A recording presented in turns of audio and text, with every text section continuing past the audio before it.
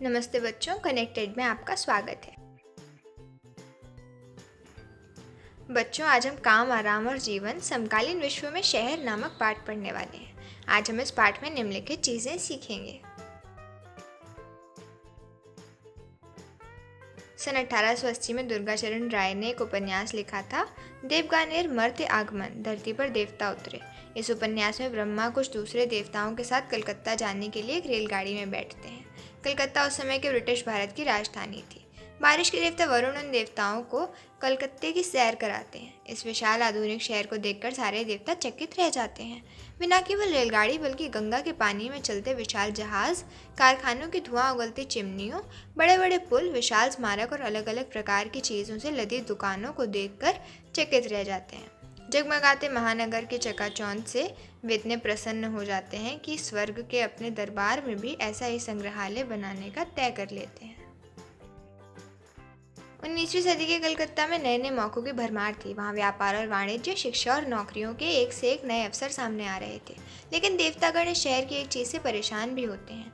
उन्हें यहाँ के ठग और चोरों, भयानक गरीबी, असंख्य लोगों के दड़बे नुमा मकानों को देखकर बड़ा दुख होता है।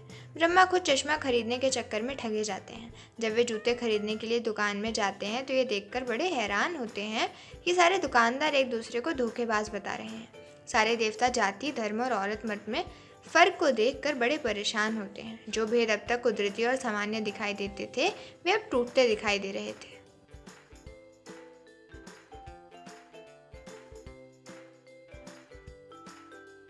दुर्गाचरण राय की तरह 19वीं सदी में भारत के बहुत सारे लोग शहरों को देखकर हैरान भी होते थे और भ्रम में भी पड़ जाते थे। शहर का जीवन लगातार गलत छवियों और अनुभवों को जन्म दे रहा था। एक तरफ अमीरी तो दूसरी ओर गरीबी का महासागर था। एक तरफ चमक दमक थी तो दूसरी ओर धूल धक्कड़ थी। एक और अवसर थे तो दूसरी ओर निराशा थी। क्या शहर हमेशा ऐसे ही थे? भले ही शहरीकरण की प्रक्रिया बहुत लंबी रही है, लेकिन आधुनिक शहर के उदय का इतिहास 200 साल से ज़्यादा पुराना नहीं है। औद्योगिक पूंजीवाद का उदय, दुनिया के बहुत बड़े भाग पर औपनिवेशिक शासन की स्थापना और लोकतांत्रिक आदर्शों का विकास, इन तीन ऐतिहासिक प्रक्रियाओं ने आधुनिक शहरों की शक्ल सूरत बनाने में महत्वपूर्ण भूमिका निभाई है। इस पाठ में शहरीकरण को जन्म देने वाली कुछ प्रक्रियाओं को समझने का प्रयास किया जाएगा। यहाँ हम इस बात की पड़ताल करेंगे कि आधुनिक शहर कैसे विकसित हुआ और शहर के भीतर क्या चलता है। शहर की विशेषताएं। आइए सबसे पहले इस बात पर विचार करें कि एक तरफ शहरों और दूसरी ओर गांव व कस्बों के बीच हम क्या फ़र्क देखते हैं। निपुर और मोहनजोदड़ो जैसे शुरुआती कस्बे और शहर नदी घाटियों के आसपास विकसित हुए और वे अपने समय की अन्य इंसानी बस्तियों या आबादियों से बड़े थे। प्राचीन शहर केवल तभी बच सकते थे जब बहुत सारे ऐसे लोगों के लिए भी भोजन का प्रबंध किया जा सके जो खाद्य उत्पादन के अलावा अन्य काम करते हैं। राजनीतिक सत्ता, प्रशासकीय नेटवर्क, व्यापार और उद्योग, धार्मिक संस्थानों और बौद्धिक गतिविधियों के केंद्र आमतौर पर शहर ही होते थे। शहरी इलाके कई तरह के हो सकते हैं। कहीं समय समय पर लगने वाले बाज़ार होते हैं तो कहीं स्थायी बाज़ार होते हैं, तो दूसरी ओर ऐसे छोटे कस्बे भी होते हैं जो बाज़ार के साथ साथ कानून, प्रशासन और धार्मिक गतिविधियों के केंद्र भी हैं। शहरों के आकार और जटिलता में भी बहुत फ़र्क होता है। राजनीतिक प्राधिकार का केंद्र प्रायः शहर ही होते हैं। वे दस्तकारों, व्यापारियों और धार्मिक अधिकारियों को भी प्राश्रय देते हैं। शहर घनी आबादी वाले आधुनिक किस्म के महानगर भी हो सकते हैं, जहां से एक पूरे क्षेत्र के राजनीतिक व आर्थिक कामों को देखा जाता है और जिनकी आबादी बहुत बड़ी होती है। इस अध्याय में हम आधुनिक विश्व में शहरीकरण के इतिहास को समझने का प्रयास करेंगे। महानगरीय विकास के उदाहरण के तौर पर हम दो आधुनिक शहरों लंदन और बम्बई का विस्तार से अध्ययन करेंगे। लंदन दुनिया का सबसे बड़ा महानगर है और 19वीं सदी में साम्राज्यवादी केंद्र रहा है।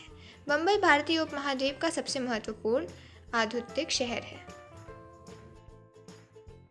इंग्लैंड में औद्योगिकरण और आधुनिक शहर का होता है। आधुनिक काल में औद्योगिकरण ने शहरीकरण के स्वरूप पर गहरा असर डाला है। इसके बावजूद 1850 के दशक तक भी, यानी औद्योगिक क्रांति की शुरुआत होने के कई दशक बाद तक भी, ज़्यादातर पश्चिमी शहर मोटे तौर पर ग्रामीण किस्म के शहर ही थे। लीड्स और मैनचेस्टर जैसे प्रारंभिक औद्योगिक शहर 18वीं सदी के आखिर में स्थापित किए गए कपड़ा मिलों के कारण प्रवासी मजदूरों को बड़ी संख्या में आकर्षित कर रहे थे। 1851 में मैनचेस्टर में रहने वाले 3/4 से ज़्यादा लोग ग्रामीण इलाकों से आए प्रवासी मजदूर थे। आइए अब ज़रा लंदन को देखें। 1750 तक इंग्लैंड और वेल्स का हर 9 में से एक आदमी लंदन में रहता था।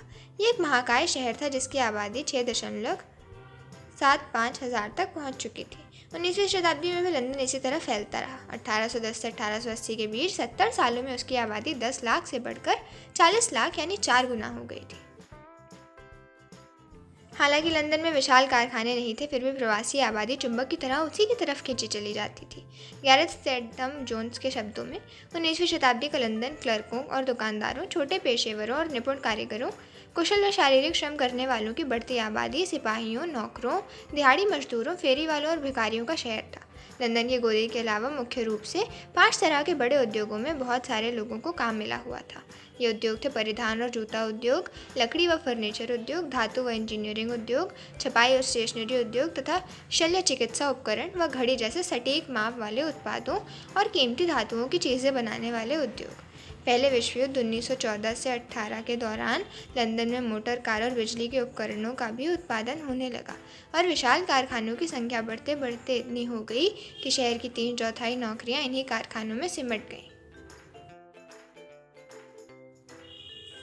हाशिए के समूह। जैसे जैसे लंदन बढ़ा वहाँ अपराध भी बढ़ने लगे। कहते हैं कि 1870 के दशक में लंदन में कम से कम 20,000 अपराधी रहते थे। इस दौरान की आपराधिक गतिविधियों के बारे में अब हम काफ़ी कुछ जानते हैं, क्योंकि उस समय अपराध व्यापक चिंता और बेचैनी का कारण बन चुके थे। पुलिस कानून व्यवस्था को लेकर चिंतित थी, परोपकारी समाज की नैतिकता को लेकर बेचैन थी और उद्योगपति परिश्रमी व अनुशासित मजदूर वर्ग चाहते थे। इन्हीं सारी बातों को ध्यान में रखते हुए अपराधियों की गिनती की गई, उनकी गतिविधियों पर नज़र रखी जाने लगी और उनकी ज़िंदगी के तौर तरीकों की जांच की जाती थी।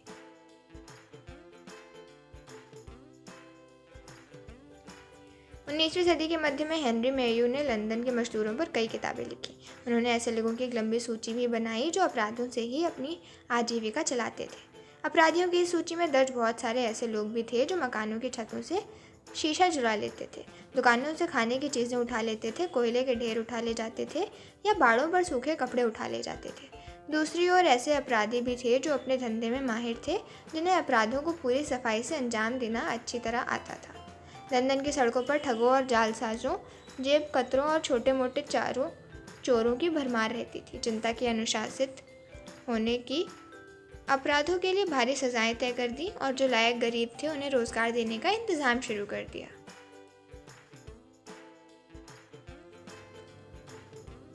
18वीं सदी के आखिर में और 19वीं सदी के शुरुआती दशकों में फैक्ट्री में बहुत सारी औरतें भी काम करती थीं। जैसे जैसे तकनीक में सुधार आया, कारखानों में औरतों की नौकरियां छिनने लगीं और वे घरेलू कामों में सिमट कर रह गईं। 1861 की जनगणना से पता चला कि लंदन में लगभग 2.5 लाख घरेलू नौकर हैं। उनमें औरतों की संख्या बहुत ज़्यादा थी। उनमें से अधिकांश हाल ही में शहर में आई थी। बहुत सारी औरतें परिवार की आय बढ़ाने के लिए अपने मकानों का भी इस्तेमाल करती थीं। वे या तो किसी को भाड़े पर रख लेती थीं या घर पर ही रहकर सिलाई बुनाई, कपड़े धोने या माचिस बनाने जैसे काम करती थीं। 20वीं सदी में हालात एक बार फिर बदले।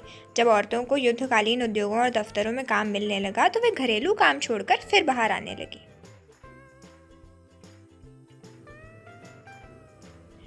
बहुत सारे बच्चों को भी मामूली वेतन के लिए कामों पर भेजा जाने लगा। अधिकतर उनके माँ बाप ही उन्हें काम पर भेजते थे। 1880 के दशक में the bitter cry of outcast London नामक पुस्तक लिखने वाले पादरी एंड्रयू म्यूनर्स ने इस बात पर रोशनी डाली कि लंदन के अल्प वेतन कारखानों में मजदूरी करने की बजाय अपराध ही ज़्यादा फ़ायदेमंद क्यों है। माना जाता है कि 7 साल का एक बच्चा चोरी चकारी करके हर हफ्ते आराम से 10 शिलिंग 6 पेंस कमा लेता था।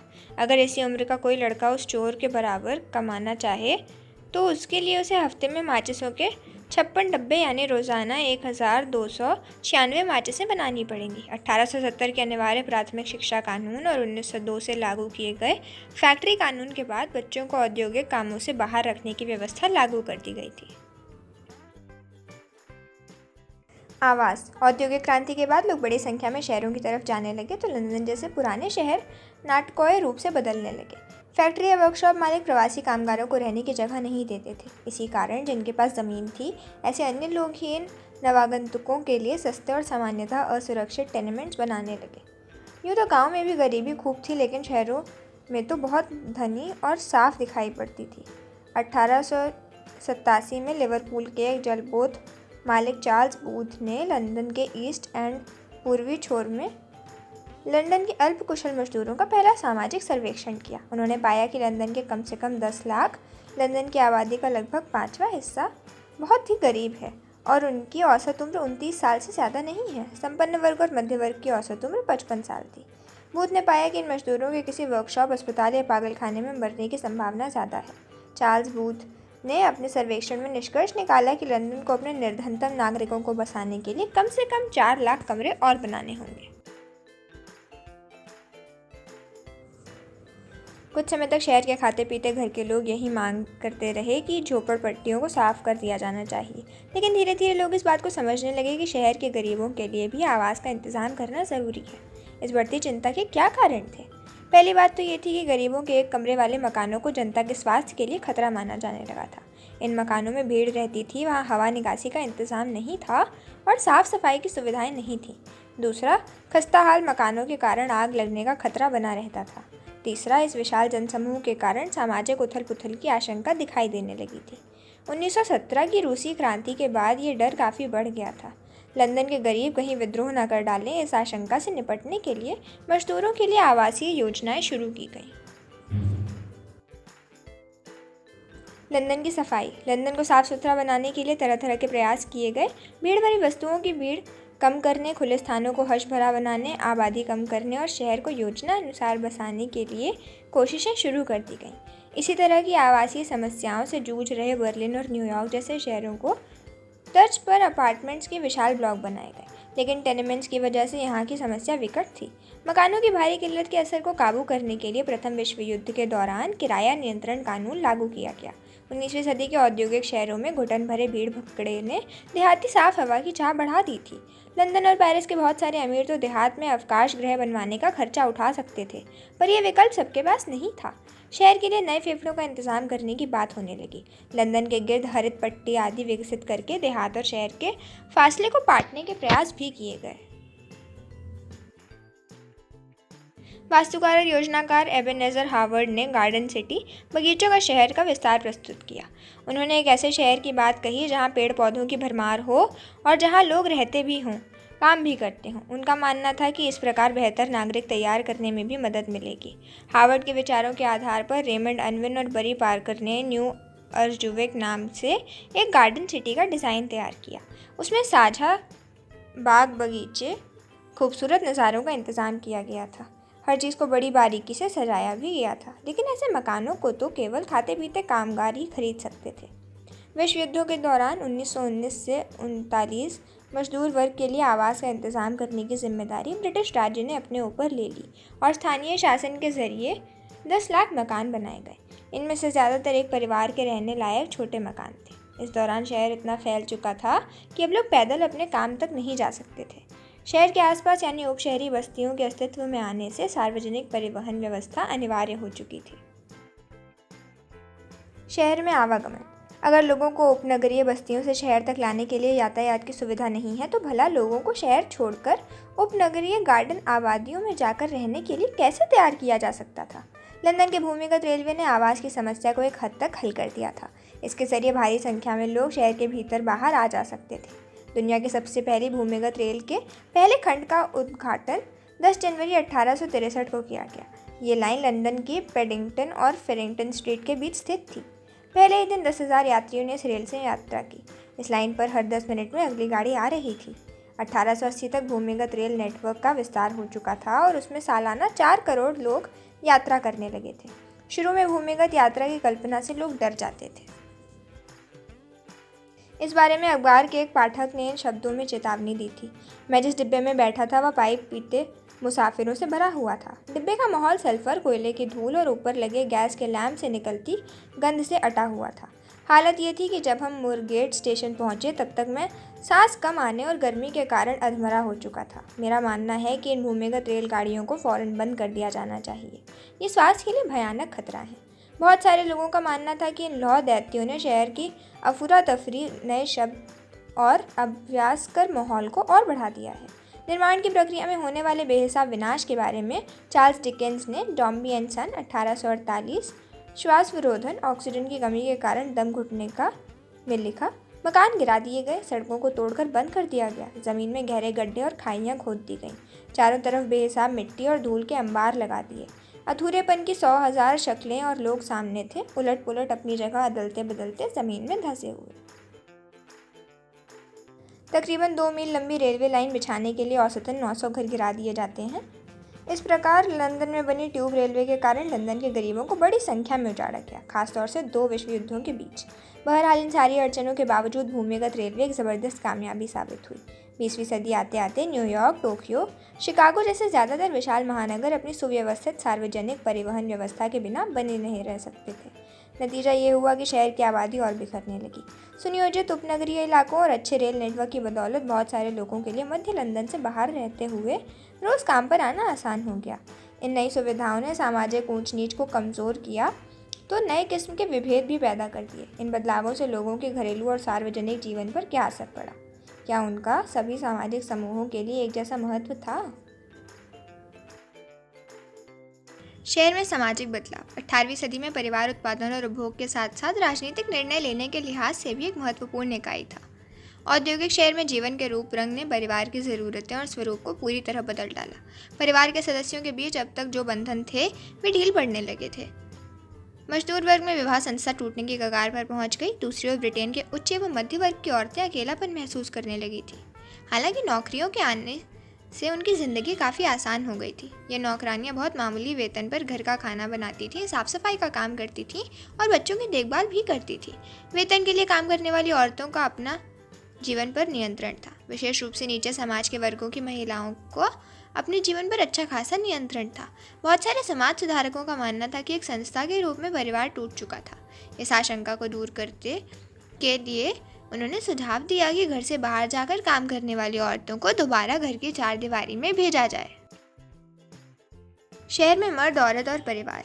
इसमें कोई संदेह नहीं कि शहर पुरुषों और महिलाओं दोनों से व्यक्तिवाद की एक नई भावना पैदा कर रहा था। वे सामूहिक मूल्य मान्यताओं से दूर जाने लगे थे, जो कि छोटे ग्रामीण समुदायों की खासियत थी। परंतु इस नई शहरी समुदाय में पुरुषों व महिलाओं की पहुंच एक समान नहीं थी। जैसे जैसे औरतों के औद्योगिक रोजगार खत्म होने लगे और रूढ़िवादी तत्व सार्वजनिक स्थानों पर उनकी उपस्थिति के बारे में अपना संतोष जताने लगे, औरतों के पास वापस अपने घरों में लौटने के अलावा कोई चारा नहीं रहा। सार्वजनिक परिधि केवल पुरुषों का दायरा बनती चली गई और घरेलू दायरे को ही औरतों के लिए सही जगह माना जाने लगा। 19वीं शताब्दी के ज़्यादातर आंदोलनों जैसे चार्टिज्म, सभी वयस्क पुरुषों के लिए मताधिकार के पक्ष में चलाया गया आंदोलन, 10 घंटे का आंदोलन, कारखानों में काम के घंटे निश्चित करने के लिए चला आंदोलन में पुरुष बड़ी संख्या में एकजुट हुए। औरतों के मताधिकार आंदोलन या विवाहित औरतों के लिए संपत्ति में अधिकार आदि आंदोलनों के माध्यम से महिलाएं काफ़ी समय बाद जाकर 1870 के दशक से राजनीतिक गतिविधियों में हिस्सा लेने के लिए तैयार हो पाए। 20वीं शताब्दी तक शहरी परिवार एक बार फिर बदलने लगा था। इसके पीछे कुछ रूप से युद्ध के दौरान औरतों के बहुमूल्य योगदान का भी हाथ था। युद्ध की ज़रूरतों को पूरा करने के लिए महिलाओं को बड़ी संख्या में काम पर रखा जाने लगा था। इन परिस्थितियों में परिवार काफ़ी छोटा हो गया था। सबसे महत्वपूर्ण बात यह थी कि अब परिवार वस्तुओं और सेवाओं के तथा विचारों के नए बाजार का केंद्र बिंदु बन चुका था। यदि नए औद्योगिक शहर ने सामूहिक श्रम के साथ नए अवसर उपलब्ध कराए तो उसने रविवार और अन्य छुट्टियों के दिनों में आमोद प्रमोद और मनोरंजन की समस्या भी खड़ी कर दी। लोगों को मनोरंजन करने के लिए जो समय मिला उसका उन्होंने किस प्रकार प्रयोग किया? मनोरंजन और उपभोग। अमीर ब्रिटेन वासियों के लिए बहुत पहले से ही लंदन सीजून की परंपरा चली आ रही थी। 18वीं सदी के आखिरी दशकों में 300 से 400 संभ्रांत परिवारों के समूह के लिए ओपेरा, रंगमंच और शास्त्रीय संगीत आदि कई प्रकार के सांस्कृतिक आयोजन किए जाते थे। मेहनतकश अपना खाली समय पब या शराब घरों में बिताते थे। इस मौके पर वे खबरों को आदान प्रदान भी करते थे और कभी कभी राजनीतिक कार्रवाइयों के लिए गोलबंदी भी करते थे। धीरे धीरे आम लोगों के लिए भी मन बहलावे के तरीके निकलने लगे। इनमें से कुछ सरकारी पैसे से शुरू किए जाते थे। 19वीं सदी में लोगों को इतिहास का बोध देने के लिए और लोगों को ब्रिटेन की उपलब्धियों से परिचित कराते रहने के लिए सारे पुस्तकालय, कला दीर्घाएं और संग्रहालय खोले जाने लगे। शुरुआती दिनों में लंदन स्थित ब्रिटिश म्यूजियम में आने वालों की सालाना तादाद सिर्फ 15,000 थी। 1810 में संग्रहालय में प्रवेश शुल्क समाप्त कर दिया गया तो दर्शकों की संख्या तेजी से बढ़ने लगी। 1824-25 में 1,27,643 दर्शक आए, जबकि 1846 तक दर्शकों की संख्या बढ़कर 8,25,901 तक पहुंची। निचले वर्ग के लोगों में संगीत सभा काफ़ी लोकप्रिय थी और 20वीं सदी आते आते तो विभिन्न पृष्ठभूमि के लोगों के लिए सिनेमा भी मनोरंजन का ज़बरदस्त साधन बन गया। ब्रिटिश औद्योगिक मजदूरों को छुट्टी के दिनों में समुद्र किनारे जाने की सलाह दी जाती थी, जिससे वे खुली धूप और स्वच्छ हवा का आनंद ले सके। 1883 में ब्लैक पूल स्थित समुद्र तट पर सैर सपाटे के आने वाले की संख्या 10 लाख से ज़्यादा थी, जो 1939 तक 70 लाख से ऊपर जा चुकी थी। शहर में राजनीति। 1886 में कड़ाके की सर्दी के दिनों में चारदीवारी के बाहर काम करना असंभव हो गया, तो लंदन के गरीब दंगों पर उतारू हो गए। उनकी मांग थी कि उन्हें भयानक गरीबी से आज़ादी दिलाई जाए। डेफ्टफोर्ड से लंदन की ओर बढ़े चले आ रहे 10,000 लोगों की भीड़ से भयभीत दुकानदारों ने अपनी दुकानें बंद कर दी। जुलूस को तितर बितर करने के लिए पुलिस बुलाई गई। इसी तरह का दंगा 1887 के आखिरी महीनों में भी हुआ। इस बार पुलिस ने ज़्यादा सख्ती दिखाई। इस पुलिस कार्रवाई को नवंबर 1887 के खूनी रविवार के नाम से याद किया जाता है। 2 साल बाद लंदन के हज़ारों गोदी कामगारों ने हड़ताल कर दी और शहर भर में जुलूस निकाले। एक लेखक के अनुसार हज़ारों हड़ताली शहर भर में जुलूस निकाल रहे थे, लेकिन ना तो किसी की जेब कटी और ना कोई खिड़की टूटी। 12 दिन तक चली इस हड़ताल में मजदूरों की मांग थी कि गोदी कामगारों की यूनियन को मान्यता दी जाए। इन उदाहरणों से आप अच्छी तरह समझ सकते हैं कि शहर में बहुत सारे लोगों को एक साथ राजनीतिक कार्रवाइयों में खींचा जा सकता था। इस प्रकार शहर की विशाल जनसंख्या एक अवसर भी थी और एक खतरा भी। शहरों में विद्रोह की आशंकाओं को कम करने और शहरों को सुंदर बनाने के लिए सरकारी तंत्र ने हर संभव उपाय किए। इस बात को पेरिस के बारे में दिए गए उदाहरणों से समझा जा सकता है। पेरिस का हौसमौनीकरण। सन 1852 में लुई नेपोलियन बोनापार्ट का भतीजा ने खुद को सम्राट घोषित कर दिया। सत्ता संभालने के बाद उसने पूरे जोश से पेरिस के पुनर्निर्माण का काम शुरू कर दिया। नई पेरिस के निर्माण का काम बैरन हौसमौन नामक वास्तुकार को सौंपा गया, जो सिया का प्रीफेक्ट था। उसका नाम सुंदरता और व्यवस्था के ताम पर शहरों के जबरन पुनर्निर्माण का पर्याय बन चुका था। उसने शहर को खूबसूरत बनाने और किसी भी तरह की बगावत की आशंका को दूर करने के लिए पेरिस के मध्य से गरीबों की बस्तियों को साफ करवा दिया था। 1852 के बाद 17 साल तक हौसमौन पेरिस के पुनर्निर्माण में लगा रहा। शहर भर में सीधी चौड़ी सड़कें या बुलेवर्ड्स, छायाकार सड़क बनाई गई, खुले मैदान बनाए गए और बड़े बड़े पेड़ लगा दिए गए। 1870 तक पेरिस की सड़कों में से 20% हौसमौन की योजना के अनुसार बनाई जा चुकी थी। पूरे शहर में पुलिस को तैनात किया गया, रात में गश्त शुरू की गई और बस अड्डों व टोंटी के पानी का इंतजाम किया गया। इतने बड़े पैमाने पर काम करने के लिए बहुत सारे लोगों की ज़रूरत थी। 1860 के दशक में पेरिस के प्रत्येक 5 कामकाजी लोगों में से एक निर्माण कार्यों में लगा था। इस पुनर्निर्माण अभियान में पेरिस के बीच रहने वाले 3,50,000 लोगों को उजाड़ दिया गया था। पेरिस के कुछ संपन्न निवासियों को भी लगता था कि उनके शहर को बहुत गलत ढंग से बदल दिया गया है। उदाहरण के लिए 1860 में गॉनकॉर्ड बंधुओं ने अपने लेखन में पुरानी जीवन शैली के खत्म हो जाने और एक उच्च वर्गीय संस्कृति के स्थापित हो जाने पर गहरा दुख व्यक्त किया था। बहुतों का मानना था कि हौसमौन ने एक जैसे दिखने वाले बुलेवर्ड्स और छज्जों से भरा सुनसान उदास शहर बनाने के लिए सड़क के जीवन और सड़कों को मार डाला है। 1867 में लिखे गए मेजो न्यूवे नाटक में एक बूढ़ा दुकानदार कहता है, अब तो ज़रा सी सैर के लिए भी मीलों जाना पड़ता है। ऐसी पटरियां बना दी गई हैं जो कहीं ख़त्म ही नहीं होती। एक पेड़ एक बेंच एक खोखा, एक पेड़ एक बेंच एक खोखा, एक पेड़ एक बेंच। लेकिन हौसमौन ने पेरिस के बारे में मचा ये हल्ला जल्दी ही गर्व के भाव में तब्दील कर दिया।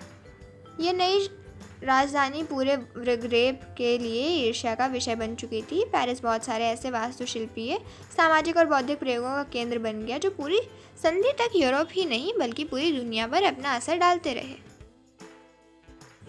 औपनिवेशिक भारत के शहर। पश्चिमी यूरोपीय शहरों के विपरीत 19वीं सदी में हमारे शहर इतनी तेज़ी से नहीं फैले। औपनिवेशिक शासन के दौरान भारत में शहरीकरण की रफ्तार धीमी ही रही। 20वीं सदी की शुरुआत में हमारे देश के केवल 11% लोग शहरों में रहते थे।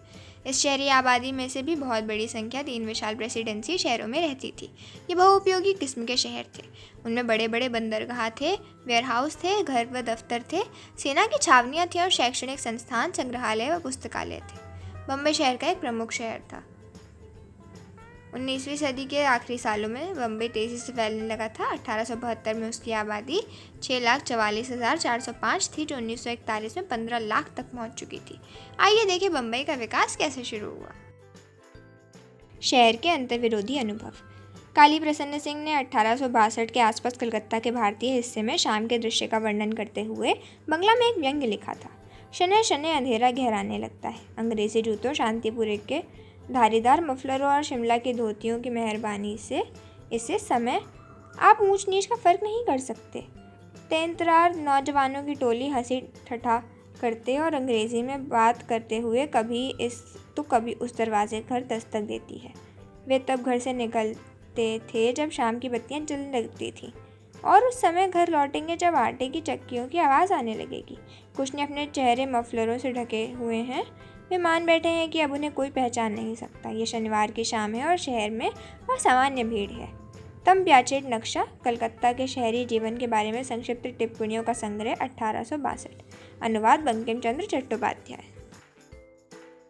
1899 में जीजी अगरकर ने बम्बई के बारे में लिखा। बम्बई शहर का बेहिसाब विस्तार, उसके विशाल एवं महलनुमा निजी व सरकारी हवेलियाँ, चौड़ी सड़कें जिन पर एक साथ 6 घोड़ागाड़ियाँ चल सकती थीं, व्यापारी गलियों में घुसने के लिए मारामारी, मुसाफिरों और मालगाड़ियों की सीटी व पहियों का बार बार आने वाला भयानक शोर, तरह तरह की चीज़ें खरीदने निकले और जेबों में चांदी के सिक्के व नोट लिए यहाँ से वहाँ भटकते ग्राहकों द्वारा हर बाजार में जमकर सौदेबाजी, समंदर के किनारे हज़ारों नौकाओं के रेले, बार बार घड़ी देखते सरकारी और गैर सरकारी मुलाजिमों की कमोबेश तेज़ रफ्तार, फैक्ट्रियों की चिमनियों से निकलते धुएं के बादल और इमारतों के भीतर से उठता मशीनों का शोर, क्षितिज पर डूबते सूर्य की तिरछी किरणों में हर जात हर तबके के औरत मर्द सपरिवार या अकेले, बग्घियों में या पैदल समुद्र किनारे हवा खाने और सैर के लिए निकले हैं।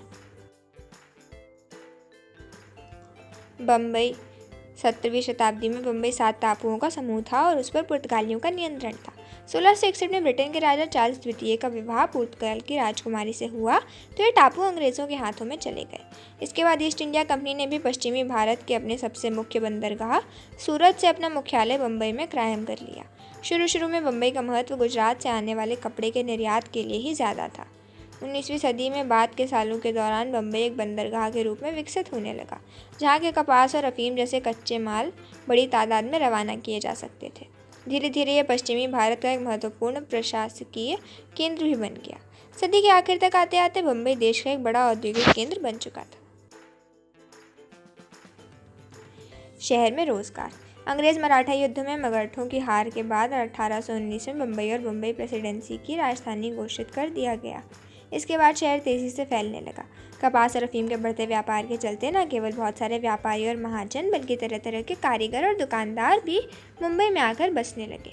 कपड़ा मिलें खुलने के बाद और भी ज़्यादा संख्या में लोग शहर की तरफ रुख करने लगे। मुंबई में पहली सूती कपड़ा मिल 1854 में स्थापित की गई थी। 1921 में वहाँ ऐसी 85 कपड़ा मिलें खुल चुकी थी जिनमें 1,46,000 मजदूर काम करते थे।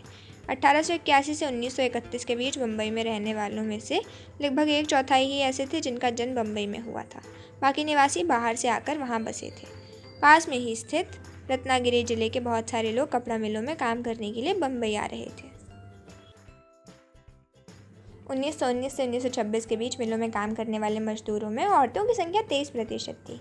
इसके बाद कामकाजी आबादी में उनकी संख्या लगातार गिरती चली गई और आखिर में उनका हिस्सा केवल 10% पर सिमट कर रह गया। 30 के दशक के आखिर तक औरतों के काम या तो मशीनों से किए जाने लगे थे या उनके काम पुरुष मजदूरों को सौंपे जाने लगे। 20वीं सदी के बहुत साल बीत जाने के बाद भी भारत के समुद्री व्यापार पर बम्बई का ही दबदबा बना हुआ था। मुंबई शहर 2 प्रमुख रेलवे नेटवर्कों का जंक्शन या मिलन बिंदु था। रेलवे के कारण शहर में आने वालों को और सुविधा महसूस होने लगी। उदाहरण के लिए 1888 से 89 में कच्छ के सूखे इलाकों में पड़े अकाल के कारण असंख्य लोग मुंबई आ गए। आप्रवासियों की इस बाढ़ में प्रशासनिक दायरों में बेचैनी और भय पैदा होने लगा था। 1898 में प्लेग की महामारी के कारण जब लोगों के रेले बम्बई में आने लगे तो जिला प्रशासन ने लोगों को वापस भेजना शुरू कर दिया। 1901 तक लगभग 30,000 लोगों को उनके मूल स्थानों पर वापस भेजा जा चुका था। आवास और पड़ोस। बम्बई भीड़भाड़ वाला शहर था। 1840 के दशक में लंदन का क्षेत्रफल प्रति व्यक्ति 155 वर्ग गज था, जबकि बम्बई का प्रति व्यक्ति क्षेत्रफल केवल 9.5 वर्ग गज था। 1872 में लंदन में प्रति मकान औसतन 8 आदमी रहते थे, जबकि बम्बई में प्रति मकान 20 आदमी थे। शुरू से ही बम्बई किसी योजना के अनुसार विकसित नहीं हुआ। मकानों के बीच में ही बाग बगीचे फैले हुए थे।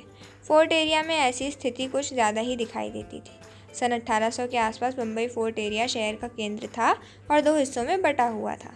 एक हिस्से में नेटिव रहते थे और दूसरे हिस्से में यूरोपीय या गोरे रहा करते थे। फोर्ट आबादी के उत्तर में एक यूरोपीय उपनगर और औद्योगिक पट्टी भी विकसित होने लगी थी। दक्षिण में भी इसी तरह के उपनगरीय आबादी और एक छावनी थी। एक नस्ली विभाजन तीनों प्रेसिडेंसी शहरों में दिखाई देता था। शहर के तीव्र और अनियोजित विस्तार के कारण 1850 के दशक तक शहर में आवास और जलापूर्ति की समस्या बहुत बढ़ चुकी थी। कपड़ा मिलों के चालू होने के बाद तो बम्बई के आवासीय इलाकों पर दबाव और बढ़ गया था। यूरोपीय अमीरों और अफसरों की तरह अमीर पारसी, मुसलमान और ऊंची जाति के व्यापारी व उद्योगपति भी लंबे चौड़े बंगलों में रहते थे।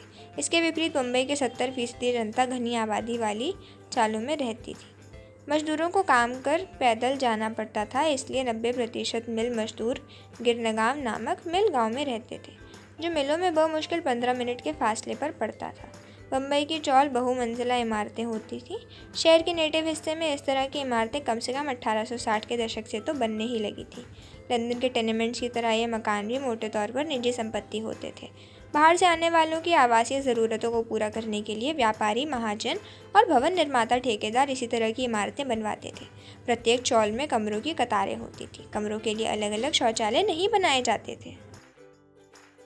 एक टेनेमेंट में एक साथ कई परिवार रह सकते थे। 1901 की जनगणना में बताया गया था कि टापू की आबादी का बहुत बड़ा हिस्सा यानी कुल आबादी का 80% एक कमरे वाले टेनेमेंट्स में रहता था। हर कमरे में औसतन 4 से 5 आदमी रहते हैं। कमरों का भाड़ा बहुत ऊंचा था, इसलिए कई मजदूर मिलकर एक कमरा ले लेते थे। वे या तो अपने रिश्तेदारों के साथ या अपनी ही जात बिरादरी के मजदूरों के साथ रहना पसंद करते थे। गंदे गटर, नालियाँ, भैंसों के तबेलों इत्यादि के नज़दीक होने के कारण कमरों की खिड़कियाँ बंद ही रहती थीं, चाहे मौसम कितना भी आर्द्र क्यों ना हो। पानी की समस्या हमेशा ही रहती थी। नलके पर अपनी बारी के चक्कर में लोग सुबह को अक्सर झगड़ बैठते थे, लेकिन प्रेक्षकों का कहना है कि फिर भी उनके घर साफ रहते थे। घर के भीतर जगह की कमी के कारण खाना पकाने, कपड़े धोने और सोने आदि के लिए सड़कों और पास पड़ोस के खाली स्थानों का भी इस्तेमाल किया जाता था। जहाँ खाली जगह मिलती थी, शराब की दुकानें और अखाड़े खुल जाते थे। सड़कों का प्रयोग विभिन्न प्रकार की मनोरंजन संबंधी गतिविधियों के लिए भी किया जाता था। 20वीं शताब्दी के शुरुआती दिनों को याद करते हुए पार्वतीबाई भोर ने बताया, हमारी 4 चौलों के बीच एक खुला मैदान था। वहाँ कभी बाजीगर, कभी मदारी तो कभी कलाबाज अपने करतब दिखाने आते रहते थे। वहीं नंदी बैल को देखने के लिए मजमा जुटता था। मैं कड़क लक्ष्मी से बहुत डरती थी। जब वह 2 रोटी के लिए खुद अपने बदन पर कोड़े बरसाती थी तो मेरी रूह कांप जाती थी। चौलों में ही रोजगार, हड़तालों, दंगे और प्रदर्शनों के बारे में खबरों के लेन देन का भी काम चलता था। मिलों के आसपास की बस्तियों में जाति कुटुंब के मुखिया, गांव प्रधान जैसे हैसियत रखते थे। कई बार मिल मजदूरों का ठेकेदार ही मोहल्लों का नेता भी होता था। वह विवादों का फैसला करता था, खाने पीने का इंतजाम करता था और वक्त ज़रूरत कर्ज आदि की भी व्यवस्था करता था। राजनीतिक हालात के बारे में भी वह महत्वपूर्ण जानकारियां लाता था।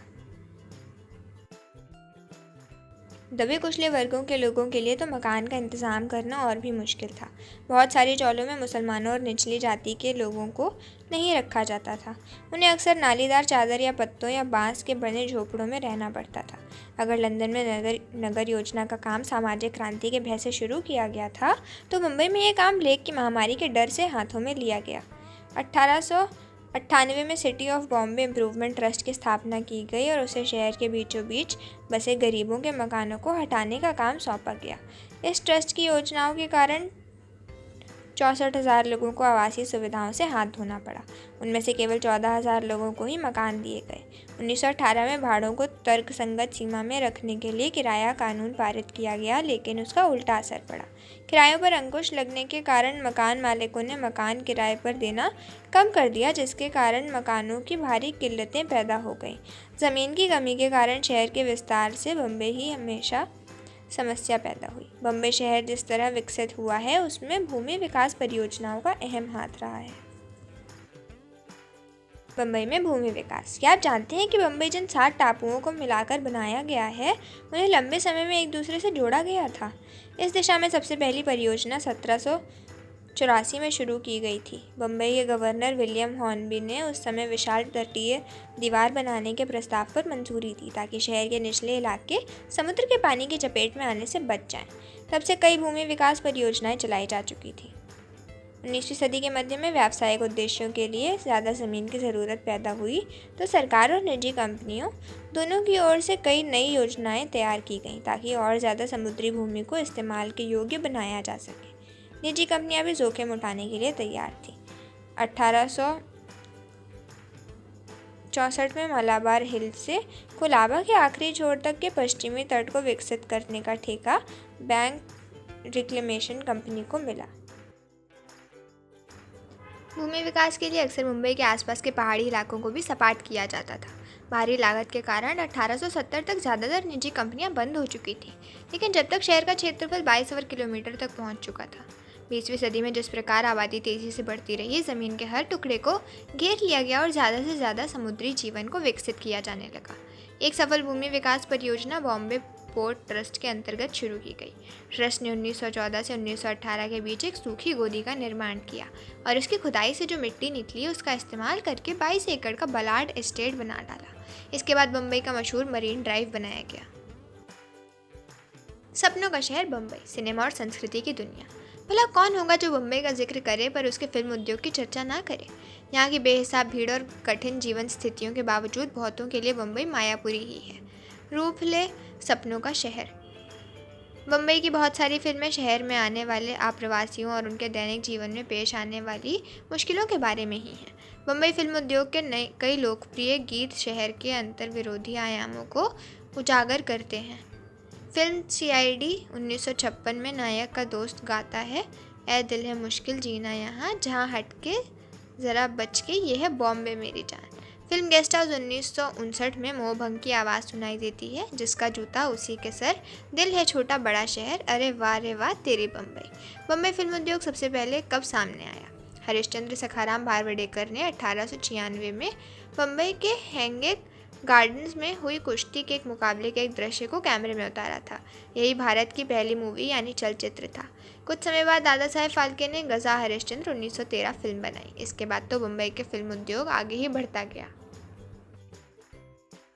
1925 तक बम्बई भारत की फिल्म राजधानी बन चुका था। वहाँ पूरे देश के दर्शकों के लिए फिल्मों का निर्माण होता था।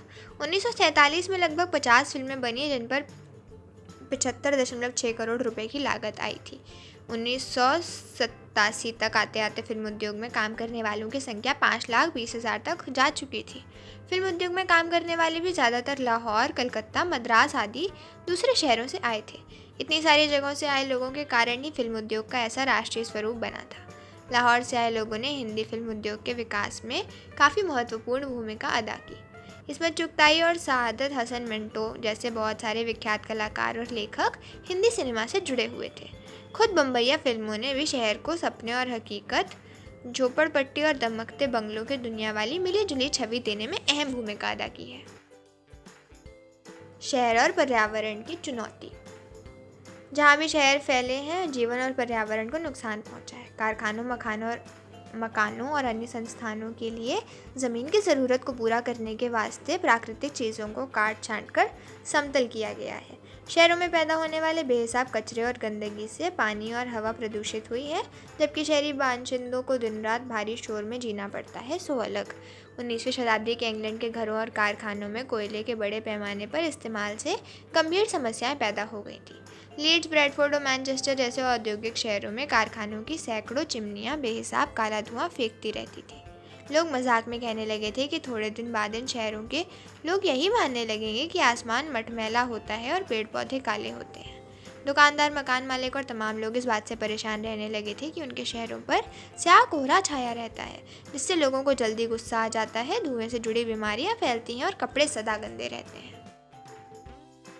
जब लोगों ने पहली बार साफ हवा के लिए मुहिम छेड़ी तो सबसे पहले इस समस्या से निपटने के लिए कानूनी रास्ते को आजमाने का प्रयास किया गया। ये काम आसान नहीं था, क्योंकि कारखानों और भाप इंजनों के मालिक अपनी मशीनों में सुधार के लिए पैसा खर्च करने को कतई तैयार नहीं थे। 1840 के दशक तक डर्बी, लीड्स और मैनचेस्टर जैसे कुछ शहरों में धुएं पर काबू पाने के लिए कानून बनाए जा चुके थे, लेकिन धुएं को मापना या उस पर कड़ी नज़र रखना बहुत मुश्किल था। कारखाना मालिकों ने अपनी मशीनों में मामूली फेरबदल ही किए, जिससे धुएं की तादाद पर कोई फ़र्क पड़ने वाला नहीं था। 1847 और 1853 के धुआं नियंत्रण कानून अपने मकसद में नाकाम हो चुके थे। कलकत्ता का भी वायु प्रदूषण का पुराना इतिहास रहा है। यहाँ के लोग 12 महीने धुएं भरी मटमैली हवा में सांस लेते थे। जाड़ों में तो समस्या और गंभीर हो जाती थी, क्योंकि कलकत्ता दलदली ज़मीन पर बसा था, इसलिए वहाँ ज़्यादा कोहरा पैदा होता था जो धुएं के साथ मिलकर काली धुंध पैदा कर देता था। शहर में भारी वायु प्रदूषण के बीच इस बात का काफ़ी हाथ था कि वहाँ बहुत बड़ी आबादी गोबर के उपलों और लकड़ी के ईंधन पर ही आश्रित थी। परंतु प्रदूषण का इससे भी बड़ा स्रोत तो वे कारखाने और प्रतिष्ठान थे जिनमें कोयले से चलने वाले वाष्प इंजनों का इस्तेमाल किया जाता था। औपनिवेशिक अधिकारियों ने शुरू में दुर्गंध पैदा करने वाले स्थानों की सफाई का इरादा बनाया, लेकिन 1855 में शुरू हुई रेलवे लाइन ने तो एक और खतरनाक प्रदूषक तत्व रानीगंज से आने वाला कोयला भी सामने न दिया। भारतीय कोयले में राख ज़्यादा निकलती है, जिसकी वजह से ये समस्या वैसे भी गंभीर दिखाई देती थी। गंदे कारखानों को शहर से बाहर निकाल फेंकने के लिए कई याचिकाएं दी गईं, लेकिन उनका कोई नतीजा नहीं निकला। फिर भी कलकत्ता भारत का पहला शहर था जहां 1863 में धुआं निरोधक कानून पारित किया गया था। 1920 में टॉलीगंज की चावल मिलों में कोयले के बजाय धान की भूसी जलाई जाने लगी, जिसके कारण आसपास के लोगों ने शिकायत की कि हवा में कालिख भरी रहती है जो सुबह से शाम तक बरसती रहती है और यहाँ रहना तो नामुमकिन है। Bengal smoke nuisance commission, Bengal धुआं निरोधक आयोग के निरीक्षकों ने आखिरकार औद्योगिक धुएं पर काबू पा लिया, लेकिन घरेलू धुएं पर लगाम कसना अभी भी मुश्किल था। निष्कर्ष: तमाम समस्याओं के बावजूद शहर ऐसे लोगों को हमेशा आकर्षित करते रहे हैं जो आज़ादी और नए मौक़ों की चाह रखते हैं। यहाँ तक कि दुर्गाचरण के उपन्यास में, जिसका जिक्र अध्याय के शुरू में हुआ था, देवताओं को भी अपना स्वर्ग अधूरा सा लगने लगा था। कलकत्ता की अपनी सैर में उन्होंने जो कुछ देखा और अनुभव किया था वह उन्हें अपने स्वर्ग में भी नहीं दिखाई देता था। उपन्यास के देवताओं को शहरी जीवन के जिन आयामों के बारे में सबसे ज़्यादा बेचैनी थी, वे उन लाखों लोगों के लिए सामाजिक और आर्थिक गतिशीलता के नए झरोखों की निशानी थे, जिन्होंने शहर को ही अपना घर बना लिया था। अब हम इस पाठ के कुछ कठिन शब्दों के अर्थ देखेंगे।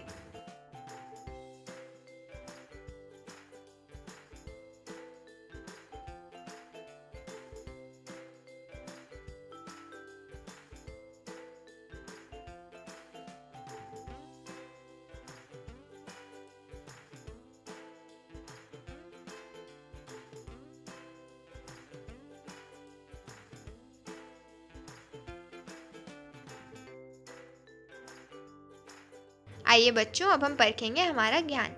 निम्नलिखित प्रश्नों के उत्तर दीजिए।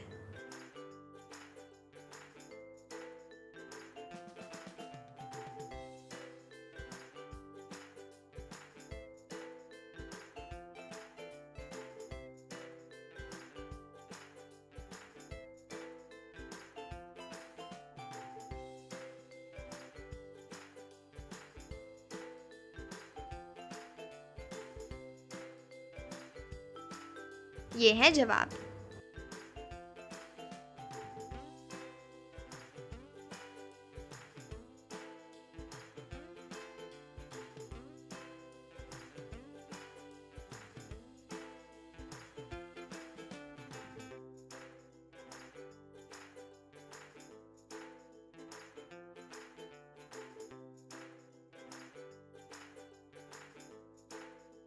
जो आज का पाठ यहीं समाप्त हुआ।